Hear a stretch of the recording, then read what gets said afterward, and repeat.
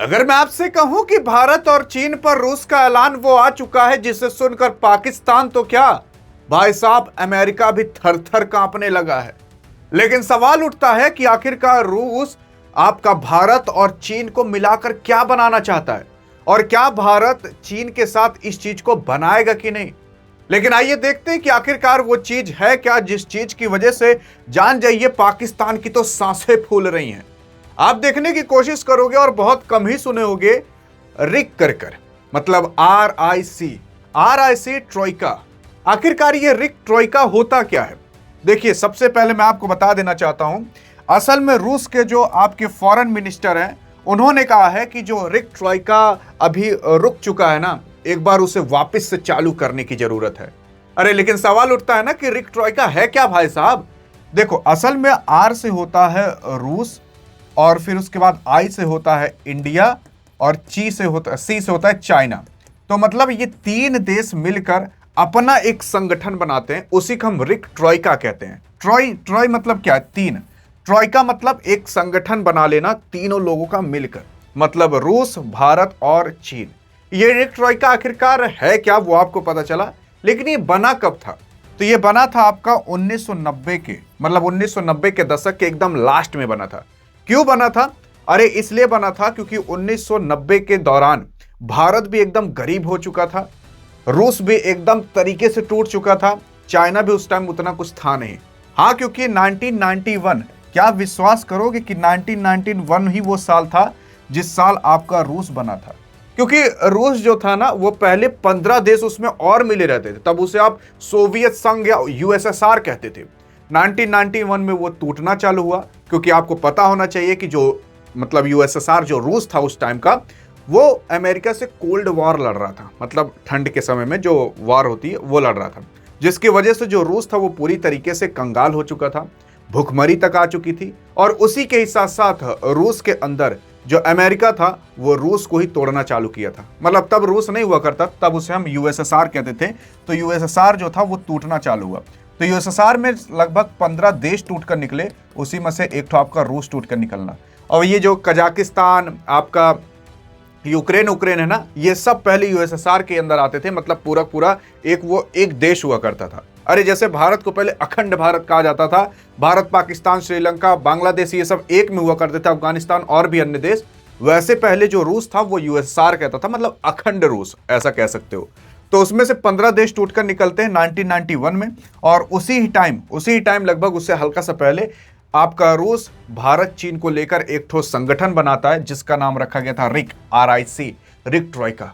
आप देखने की कोशिश करोगे तो आपका रूस हमेशा से ये कहता है कि यार भारत और चीन अगर अपने रिश्ते अच्छे कर लेना, तो भाई साहब भारत, चीन और रूस को इस दुनिया में रोकने वाला कोई पैदा ही नहीं हो सकता। क्योंकि अगर आप देखने की कोशिश करोगे तो दुनिया की सबसे बड़ी से बड़ी GDP वाली कंट्री यही तीन ही तो हैं, अमेरिका, जर्मनी, और अगर जापान को छोड़ दिया जाए फिर इन तीन का ही नंबर आता है। अब तो भारत जापान उपान को भी पीछे छोड़ने वाला है, आई थिंक छोड़ भी चुका है। आप देखने की कोशिश करोगे तो हमेशा आपके पुतिन साहब सोचते हैं कि मोदी और जिनपिंग कितना करीब रहे, क्योंकि आप देखने की ये भी कोशिश करोगे तो उधर अक्साई चीन की ओर, ऊपर की ओर, और इधर अरुणाचल प्रदेश की ओर भारत और चीन में हमेशा मुठभेड़ होते रहती है। और दूसरी चीज, भारत और पाकिस्तान जो है उसमें दुश्मनी है, लेकिन चाइना खुलेआम पाकिस्तान का सपोर्ट करता है। और अगर यही दो चीजें चाइना ना करे तो भारत और चाइना के बीच जो रिश्ते हैं ना वापस से अच्छे हो जाएंगे। मतलब बहुत पहले अच्छे हुआ करते थे, लेकिन उसके बाद धीरे धीरे जैसे ही चाइना पाकिस्तान का साथ देने लगा, भारत के रिश्ते चाइना से खराब होने चालू हो गए। और अगर यही भारत चाइना से अच्छे रिश्ते बना लेता है, या फिर चाइना ही भारत से अच्छे रिश्ते बना लेता है, तो भाई साहब आप ये समझ जाइए, फिर दुनिया में भारत को रोकने वाला, चीन को रोकने वाला और रूस को रोकने वाला कोई होगा नहीं। और यही करने के लिए इस रिक ट्रोइका को आपका रूस चालू करना चाहता है। आप समझ सकते हो कि जैसे एक नाटो पूरा था ना, अरे जिसके अंदर 32 कंट्रियां थी, अमेरिका समेत कई सारे देश थे, और उसमें यह था कि अगर कोई बाहरी देश आकर हमला किया इस नाटो पर तो ये 32 के 32 देशों मिलकर मारेंगे। वैसे ही रूस 3 देशों का संगठन बनाना चाहता था, भारत और रूस और चीन, उसी को रिक ट्रोइका कहा जाता है। और इसी को ही लेकर वहां के जो फॉरेन मिनिस्टर सरगेई हैं, उन्होंने भाई साहब ऐलान कर दिया, उन्होंने कह दिया है कि भैया देखो, मल्टीपोलर वर्ल्ड ऑर्डर आकार ले रहा है, हमें रूस, भारत चीन त्रिकोणी की जरूरत मतलब शुरू करना होगा, जिसे आप RIC कहते हो, या अभी भी मौजूद है, लेकिन किसी ने इसे अभी छोड़ा नहीं है। यानी कि अभी जो आपका रिक है वो थोड़ा रुका हुआ है। रुका इसलिए हुआ है क्योंकि आप देखे होंगे सन 2019-20 के अंदर जब गलवान घाटी का वो वॉर हुआ था भारत और चीन के बीच, तब से लेकर भारत और चीन के बीच रिश्ते काफी खराब होते चले गए और तभी से लेकर अभी तक एक बार भी रिक ट्रॉइका की बैठक नहीं हुई है। उससे पहले लगभग 20 बार बैठक हो चुकी है। हाँ, मतलब 1990 से लेकर अभी तक 20 बार बैठक हो चुकी है। रिक ट्रॉइका चलते चला आ रहा था, लेकिन जब भारत और चीन के बीच सन 2020 के अंदर रिश्ते काफी खराब हुए, तब से लेकर अभी तक ये रिक ट्रॉइका बंद था।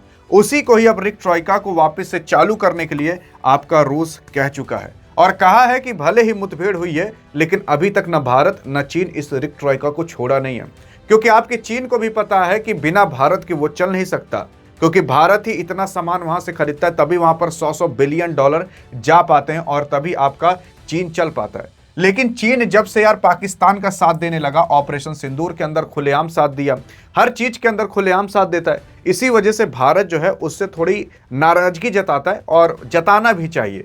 लेकिन अगर चीन अपने आप को सुधार लेता है और भारत के पक्ष में आ जाता है, तो पहली चीज तो चीन खुद मालामाल हो जाएगा और उसी के ही साथ साथ चीन का भी इंपोर्ट एक्सपोर्ट में बहुत ज्यादा फायदा होगा। और मुझे समझ नहीं आता कि यार आखिरकार इसको पाकिस्तानों में क्या दिखता है। जैसे ना, अगर आप भिखारी हो तो आपको कितना भी लूट लिया जाए तो आप उसका पैसा चुका नहीं पाओगे। मतलब कि ये है जैसे पाकिस्तान भिखारी है। अब क्यों चीन साथ देता है वो भी जान जाइए। चीन इसलिए साथ देता है क्योंकि पाकिस्तान जो है वो एक भिखारी देश है। अब इसको लोन देता है, इसको पता है चीन की पाकिस्तान लोन अपना खत्म नहीं कर पाएगा, ना दे पाएगा, कभी नहीं दे पाएगा, तो इसके यहाँ हम थोड़ी बहुत जमीन ले लेंगे या फिर वहां पर पोर्ट बना लेंगे, हवाई अड्डा बना लेंगे। तो ऐसे ही लोन दे दे करके अपने चक्कर में फंसाया रहता है चीन। और पाकिस्तान के ऊपर अभी तक सबसे ज्यादा जो कर्ज दिया है वो चीन ही दिया है। इसी वजह से भैया वहां पर ग्वादर पोर्ट और अन्य तरीके के पोर्ट बना लेता है, रोड बना लेता है, जिसकी वजह से लोन देकर इसका इस्तेमाल कर लेता है। और पाकिस्तान को लगता है अरे मुरे मायरे कितना अच्छा यार चीन है कि हमें लोन दे रहा है और हमसे कुछ मांग नहीं रहा, खाली रिच्ची जमीन ले रहा है। अरे भैया वो जमीन नहीं ले रहा, असल में आपके देश के ऊपर कुछ समय में जिस हिसाब से कब्जा करेगा ना, वो आप समझ नहीं पाओगे। लेकिन बहरहाल आप देखने की कोशिश करोगे तो यही चीज आपके चीन को पाकिस्तान के अंदर मिल जाती, इस वजह से पाकिस्तान के साथ देता है। भारत में ये चीज मिल नहीं पाता और भारत उससे लोन भी नहीं लिया करता ना, इसी वजह से।